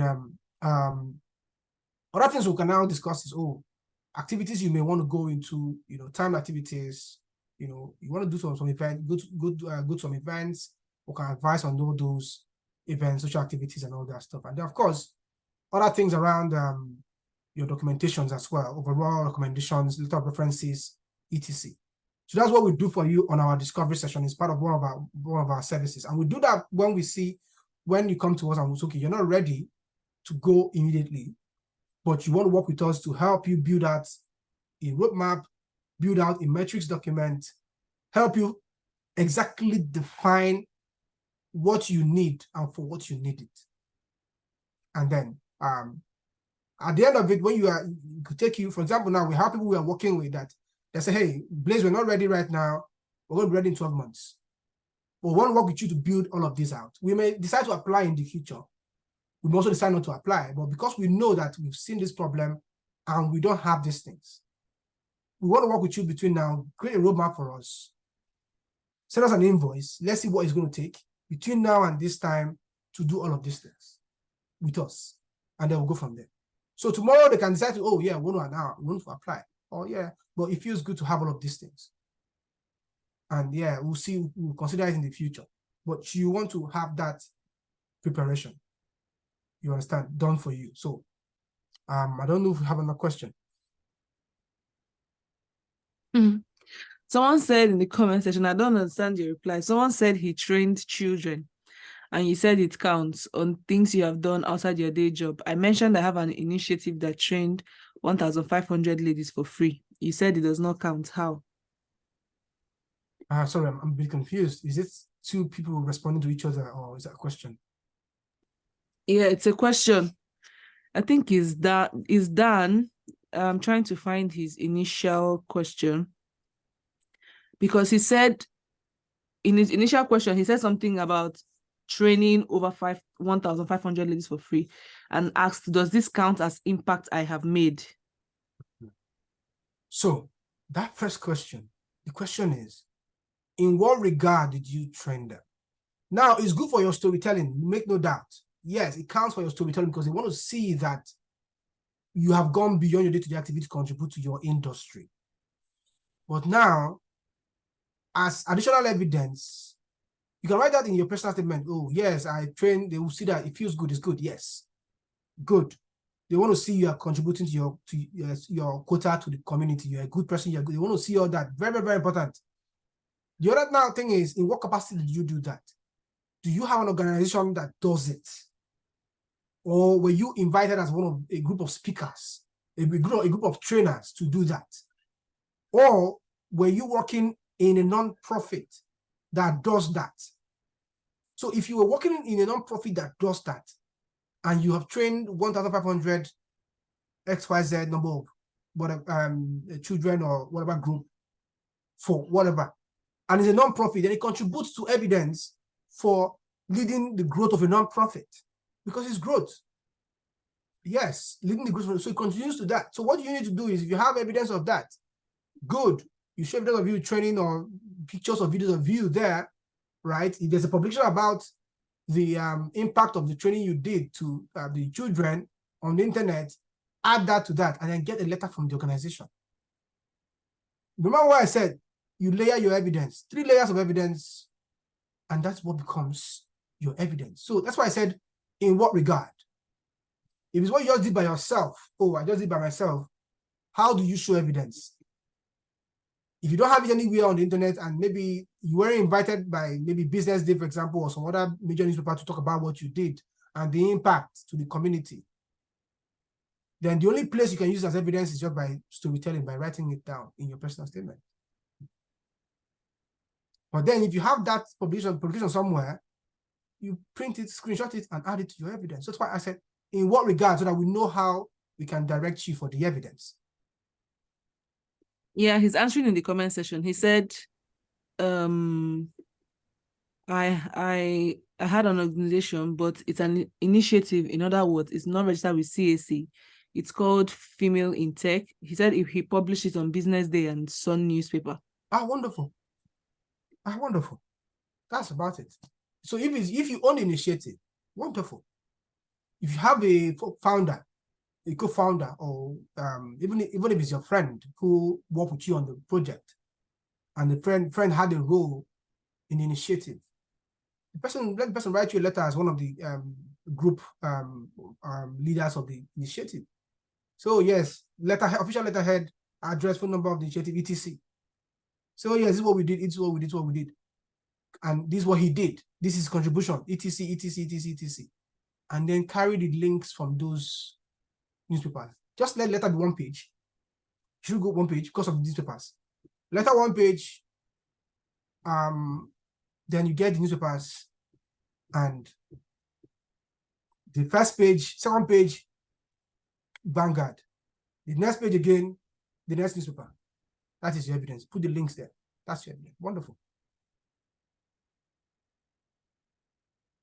Okay, Dan, I hope you're satisfied now. Can you tell us in the comment section, please? Is your question answered now? While we wait for his response, I think that's all about it. Okay, he says yes. He says he's okay with the response now. All right, I think that's about it. Okay. So yeah, before we just go, I said a bunch of things. The question is now we want to know where each of you falling. We have a WhatsApp group, a community. We have the assessment. How many of us here are in the community? How many of us here are already in the WhatsApp group? How many of us here have taken the assessment? For me, it's one thing to have this webinar, and say, oh yeah, just one of those webinars. It's also one thing to also action it as well, right? How many of us here have taken the assessment and have seen their score and say, oh yes, okay, I came here and I got something out of this and I know where I fit in. I listened to this guy and I got some things. How many of us fall in the category say, I'm ready right now to go purchase that course. And if I'm going to get it today, I'm going to get it tomorrow because I want to start my journey. I want to have that conversation with you guys. It's just been me talking and of course answering what you have on on the comment section. But I feel I can have a couple of people speak. Let me understand where they are. And so it's about next step, next action. What do you intend to do beyond the score? 2 or 3 people, let's hear it. Anyone?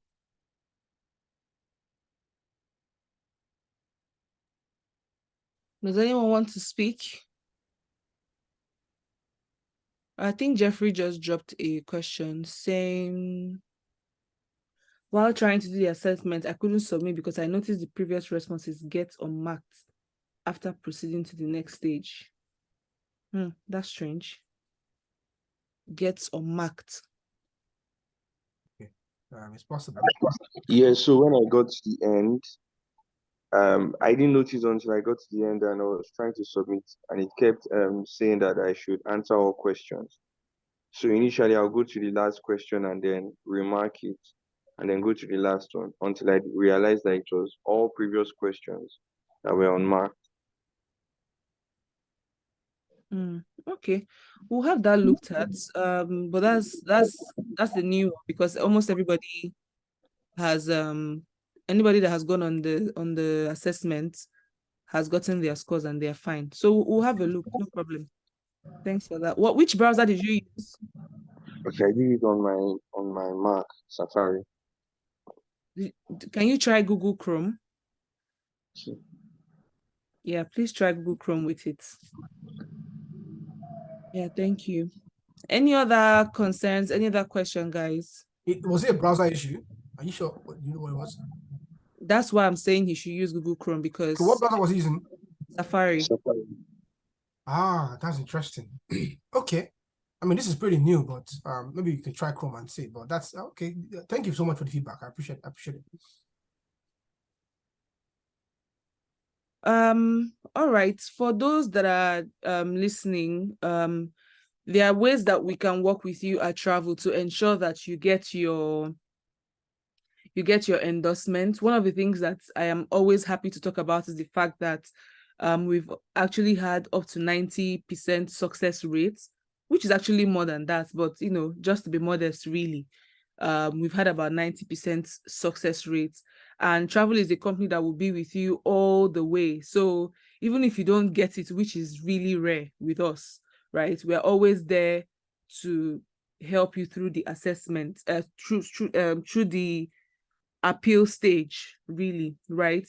So and I know that we are all at different financial stages in our lives, so there's no rush. However, the different ways that we can work with you, the first one is through the smart suggestions on the platform. So after you take the assessment, it tells you to unlock the smart suggestion, right? For, I think it's still on £5. It's actually supposed to be £10, but it's still on £5. Now, what that does for you is that it tells you exactly what you need to work on and what you don't need to, what you've done okay, right? That's what it does for you. So that's why that's what the smart suggestion is for. So if you want to know more, okay, where am I lagging? What do I need to do? What are the exact things I need to do? Then you need to pay a fee for you to get the suggestion, and it's £5 really. That should be about, I think, 5,000 or 6,000 Nigerian naira. I'm not sure, right? Then the other part that we can work with you is through the course, the online course. So for those of you who are looking to say apply in the next 1 year, in the next 2 years, and you want to get yourself ready, the course is actually for you, where you can watch those videos and it explains everything you need. It even comes with templates, right? It explains everything that you need to prepare one by one, right? To apply for the assessment, please go to check.travel.com. I've posted the link before. Check.travel.com. I'm trying to post it now again in the comment section. Check.travel.com. So there we go. It's in the comment section. You can just click on it, right? So the course is for those of you that are looking to know exactly what you need to do and prepare yourself over time. However, if you're looking to put in your application in the next 1 month, in the next 2 months, in the next 3 months, in the next 4 months, in the next 5 months, then your journey actually begins now, right? Because the truth is that you will write all of your recommendations, you write your personal statement, everything. And by the time you bring it to us to say, okay, I want to work with you, and you make your payment, we will look at all those things. So there's going to be like some sort of back and forth where we are trying to say, okay, let this sound like this. We'll arrange it the way that we know that will get you that endorsement, right? So that's why I say, if you're looking, somebody has chatted me this morning now saying that they want to apply because their visa will expire in January. The person is in the UK. And I said, your journey starts now. Like, you need to make payment today for us to start working with you, right? So for us to do that, we have 3 payment plans for that. We have the DIY, which also comes with the video, the course I talked about earlier. That one is about 700 and something pounds, and that's I'm trying to get the exact fee for that. Yeah, £799, which is literally like £800. Then after that, we have the plus package, which is about £4,000, and then we have the premium package, which is £5,000, right? Now, just before you say, hey, £5,000, no problem. If you really want to do this and you feel like you don't have the whole £5,000, or maybe you want a payment plan, please reach out to me on WhatsApp. I'm Joy Eneralu. Just click on the group icon. Look at members. You see me as one of the admins. You can send me a personal message and we can have a conversation, to see how best to work with you, right? Especially if you're living in Nigeria, because we understand, of course, the situation of things. Ikechukwu, what part do you want me to repeat? I've said a lot of things. So what part do you want me to repeat? Do you have a slide that shows the pricing? It's on the dashboard, right? So if you have signed up on the platform and you go to the plans, you are definitely going to see it. So let me see if I can quickly show you the plans as well on the dashboard so that you can see it for yourself, and then you can so you need to sign in on the platform, and that's the essence of the platform, guys. Everything you need, even the free videos, the free podcasts, the free resources, blog posts, everything, they're all on the dashboard. So you need to actually log in and use your dashboard very well. Just give me a sec. I'm trying to share my screen now. That's amazing. Please let me know if you can see my screen in the comment section. Just we can see your screen, or I can see your screen is fine. I just need one person to say that, please. I just need to know if you can see my screen.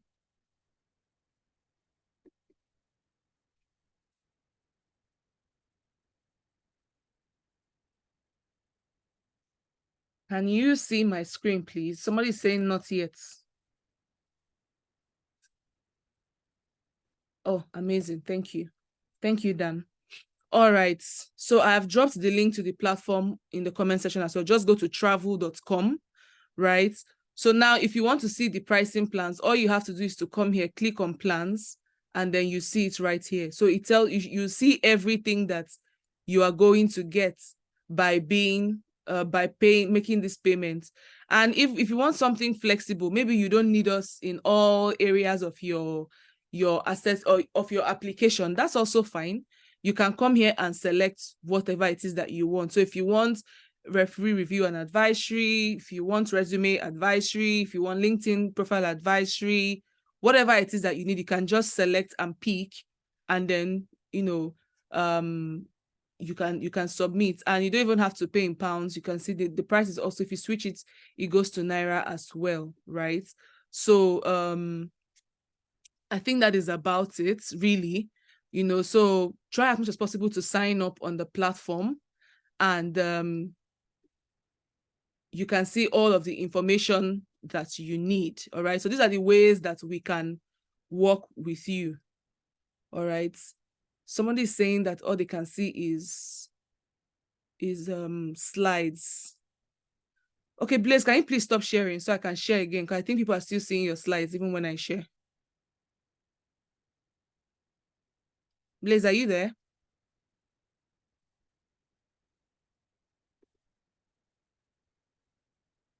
Okay, let me see. Okay, good. I've stopped his sharing. Let me share my screen again. So can you see it now? For those that were seeing the slides. Can you see my screen now? Yes, we can. Thank you so much. So, like I said, you go to travel.com, you have to sign up on the platform, because when you sign up on the platform, you can take the free eligibility check, to know your score, to know if you are, you are ready to apply. And if your score is low, like I said, you can take the smart suggestion, right? The smart suggestion tells you exactly what it is that you need to do, okay, to get yourself ready. That's, like I said, that one's about £5 as of today. The original price is £10, but it's still on £5.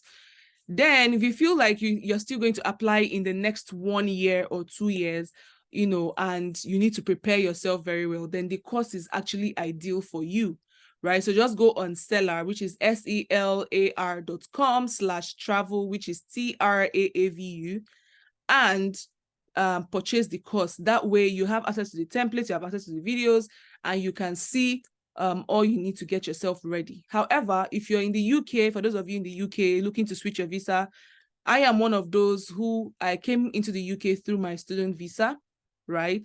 And when my student visa was about to expire, instead of me to go and do the post-study visa, I just switched to the Global Talent visa.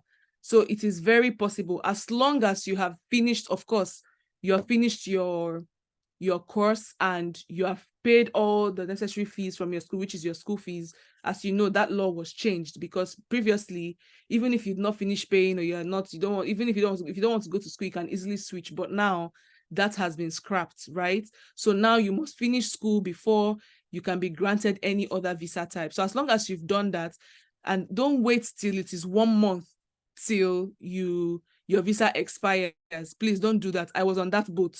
I literally did mine in 2 weeks, and I did it with travel before I started working with travel, so for me, it took a lot of mental toll on me, because till 1 a.m., 2 a.m., 3 a.m., you're working, you submit back to travel, and then they come back to the feedback to say, oh, this is not right, or they change a text. It was just a whole lot, for it to be perfectly done well, right? So please don't wait till it's 2 weeks to your visa expiry or 1 month to your visa expiry. No, So if you're on a student visa and it's going to, for example, your visa is going to expire in January, today is the right day for you to actually begin your journey, because if you're outside the UK, it takes about 4 weeks for you to hear from them. And if you're within the UK, it takes about 8 weeks for you to hear from them. So these are things that you also have to calculate as well, right? So I think that's about it, really. Like I said, if you feel like you can't pay all of the £5,000 at once, please reach out to me privately. I'm happy to help you start your journey, really, right? I'm really, really happy to help you start your journey. So I think at this point, I will stop. How do we get this recording? The recording will be shared with you in the group, so you have no cause to worry. Please drop the link to the dashboard. I've done it, travel.com. So please try to sign up. Ikechukwu, I hope you now get the point of the 5K pounds I mentioned. You know, my name is Joy Enegalu in the group. So if you go in the group and you click to see members, you see me as the admin, right? You see me as the admin. So please feel free to send me a message. We are happy to, we've been very open. So there is no question about, oh, how do I get started? Please don't ask me that. We've told you how to get started, okay? So if you're reaching out to me, it's because you want to make payments and you want to start the journey. So you're having conversations with me on maybe your payment plans or anything as regards payments. All right. So if you want to, if your question is as regards how to get started, this video that we've just done, this webinar we've just done, answers all of that question. All right. How do I join the group? How do you join the group? I shared, okay, you know what? Let me quickly go and get you the link, because I know that it was also sent to you via email, right? So let me get the link for you to join the group. Invite group link, copy. Yes. So for those of you that are not in the group, you now have it in the chats. So click on it immediately, because once we end this session, it will be gone. All right. So the link is in the chat now. All right. I think that's about it from us. And we look forward to welcoming, a good number. I know that not everybody will take action, and that's okay. So to be realistic as possible, we look forward to welcoming a good number of you as tech talents in the UK. And the beautiful thing is that you also get to join the Tech Nation Nigerian group, which is a strong force. Think about the names that you know in the Nigerian tech scene. They are all in that community. Every day we're having conversations, having meetups, rubbing minds, learning as much as possible from one another, supporting one another to build products as we are also living in the UK. So we look forward to also, having you join us as well. All right.